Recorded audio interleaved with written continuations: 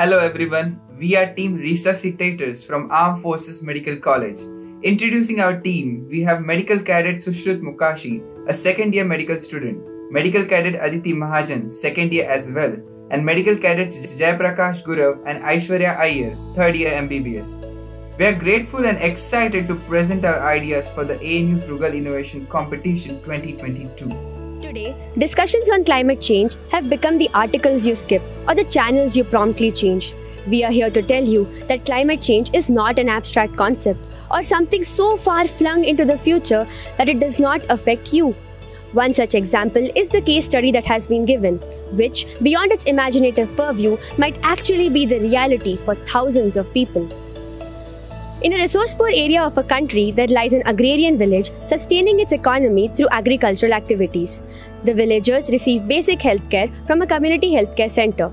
Road and ferry access is limited and weather-dependent. When the COVID-19 pandemic hit, it exacted a heavy toll on both the healthcare and economy. In this vulnerable setting, a crisis befell, largely induced by climate change. Flash floods and the ensuing heavy downpour led to great loss of life and property. 100,000 villagers were rushed to the evacuation center. These rains intensified into tropical storms which destroyed public facilities, including the cold supply room of the hospital. The village now faces a plethora of challenges, and we from Team Resuscitators are here to propose solutions to tackle them. The floating barrel transport system. The main problem faced by us is the scarcity of resources at evacuation center with no means to replenish them due to loss of connectivity. For this, we propose a simple solution which can turn the hazard of proximity of a flooded riverside into an advantage. The basic proposition is that we take a plastic barrel or a drum which is cylindrical in shape and which has an airtight lid. We fill the barrel with all essential supplies and simply toss it into the river water. The strong current of river water will help the partially floating barrels float downstream straight to the evacuation center, where it can be trapped easily using a net. The net will be having a large size mesh. The net spans the entire width of the river at a point near evacuation center, and the mesh is such that it allows the fish and debris to pass easily but not the barrels. Now for the next batch of essentials, we can either use new barrels or we can retrieve the old barrels manually using roadways. However, with a few more resources, this entire system can be made independent and functional. Let us see how. A cable system comprising of a single line of nylon or wire cable can be laid from the CHC to the evacuation center and back again, where it forms a complete loop. The cable can be supported intermittently using fixed poles or floaters. At one end, it runs over a pulley whose axle is connected to a water mill or a turbine that runs on the strong current of river water. As the turbine rotates, it also pulls on the cable. Now, the cable is also provided with a mechanism to hook the barrels. The cable doesn't require to bear weight as the barrels are floating in water. This system provides for two functions. Firstly, the cable acts as a guideline for the barrels to flow downstream straight to the destination without getting lost onto the banks or getting stuck in between. Secondly, the empty barrels may be hooked onto the returning line of loop and thus dragged along shallow waters straight to the CHC, providing a mechanism for retrieval of barrels. Thus, with minimal infrastructure and financial aid, the crisis at evacuation center can be handled. This simple system can be expected to be repurposed and utilized even after the disaster has subsided. Maintaining cold storage for vaccines and essential medicines. Problem: the floods have destroyed the cold supply room of the hospital, thus risking denaturation of vaccines and temperature-sensitive medicines. We propose a simple solution, employing endothermic reactions to cool the surrounding areas. The roof of the hospital will be used to harvest rainwater and channel it to double-layered containers in the storage room. Between these layers, we add powdered ammonium nitrate. Being a commonly used fertilizer, it will be easily available in this setting. The reaction between ammonium nitrate and water is an endothermic one, utilizing energy from the surroundings and thus cooling it down. Studies have demonstrated a dramatic drop in temperatures from 25 degrees Celsius to 3.6 degrees Celsius. Additionally, it can maintain temperatures at below 15 degrees Celsius for over 15 hours through a single use. We add endothermic strips over the containers to monitor our temperature control, which now act as vaccine vial monitors. The next step is retrieving the salt, for which we propose boiling the salt water by channelizing heat produced from the hospital generators.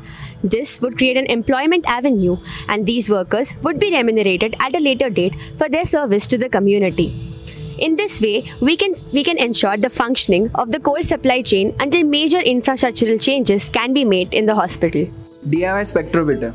Problem: monitoring the quality of water to prevent use of unsafe water. The do-it-yourself spectrometer is a genius device designed by the public labs and made available at a very low cost of USD $5 or a mere 410 Indian rupees. It can be used on a regular basis for monitoring the quality of drinking water for broad parameters such as turbidity, sediments, and some minerals. It can be made using very simple equipments such as CDs that have an existing diffraction pattern. The light source will illuminate the standard test tube containing water solution, which has been obtained from different water sources such as wells and water pumps. The camera will capture the spectrum of wavelengths emitted. This image can be analyzed using softwares that can be easily made available online. This device can also be used for other laboratory methods used in medicine. Suitcase water purifier. Problem: lack of safe drinking water. After checking the quality of water using DIY spectrometer, we need to purify it. For this, we propose the solution of Dr. Harjit Nath, who has created a portable water purifier. This eminent scientist from Tripura has developed a suitcase-sized portable water purifier which can deliver WHO-grade water. This can work on solar supply as well as on domestic AC supply, thus making it ideal for our extreme setting. It is important to prevent the flooding of inhabited areas as it poses a serious health risk. Firstly, flood water carries debris which can damage the property, and secondly, long-standing flood water acts as a potential breeding ground for mosquitoes. For this, we propose the using of water-inflated property protector and water gate. Water-inflated flood barriers are cylindrical tubes which act as temporary dam. They are portable and lightweight and can be used in water or any other surface. Water gate is a temporary flood barrier which is unique in the way that once rolled out, it self-deploys, and by using this property of self-deployment, it reduces the time, number, and the effort of people required to install it. Both these equipments can provide an efficient and effective method to actually deal with the problem of flooding of inhabited areas. Another grave area of concern is the increasing incidence of mental health issues amongst the healthcare workers and citizens. Implementation of the friendship bench, a concept proposed by Professor Dixon Chipanda of Zimbabwe, can really prove helpful. It consists of a group of grandmothers who create a safe space for people to open up about their problems. In addition to it, it will provide a sense of purpose to the elderly and help us to create a more supportive community. To sum up, the village in study faces several short and long-term problems. Short-term problems like the scarcity of essentials at the evacuation center can be solved by our innovative floating barrel method. Food, clothing, antiseptics, medicines for emerging food and waterborne diseases, mosquito repellents, and other resources can be provided. Our method is both cost-effective and easily deployable. The pressing need for water purification and monitoring can be addressed by our proposed use of suitcase water purifiers and DIY spectrometers. Imminent threats of flooding can be prevented by the use of equipment like WIPPs and water gates. This prevents both the physical damage caused by floods and the long-term consequences of stagnant flood water such as mosquito breeding and the spread of vector-borne diseases.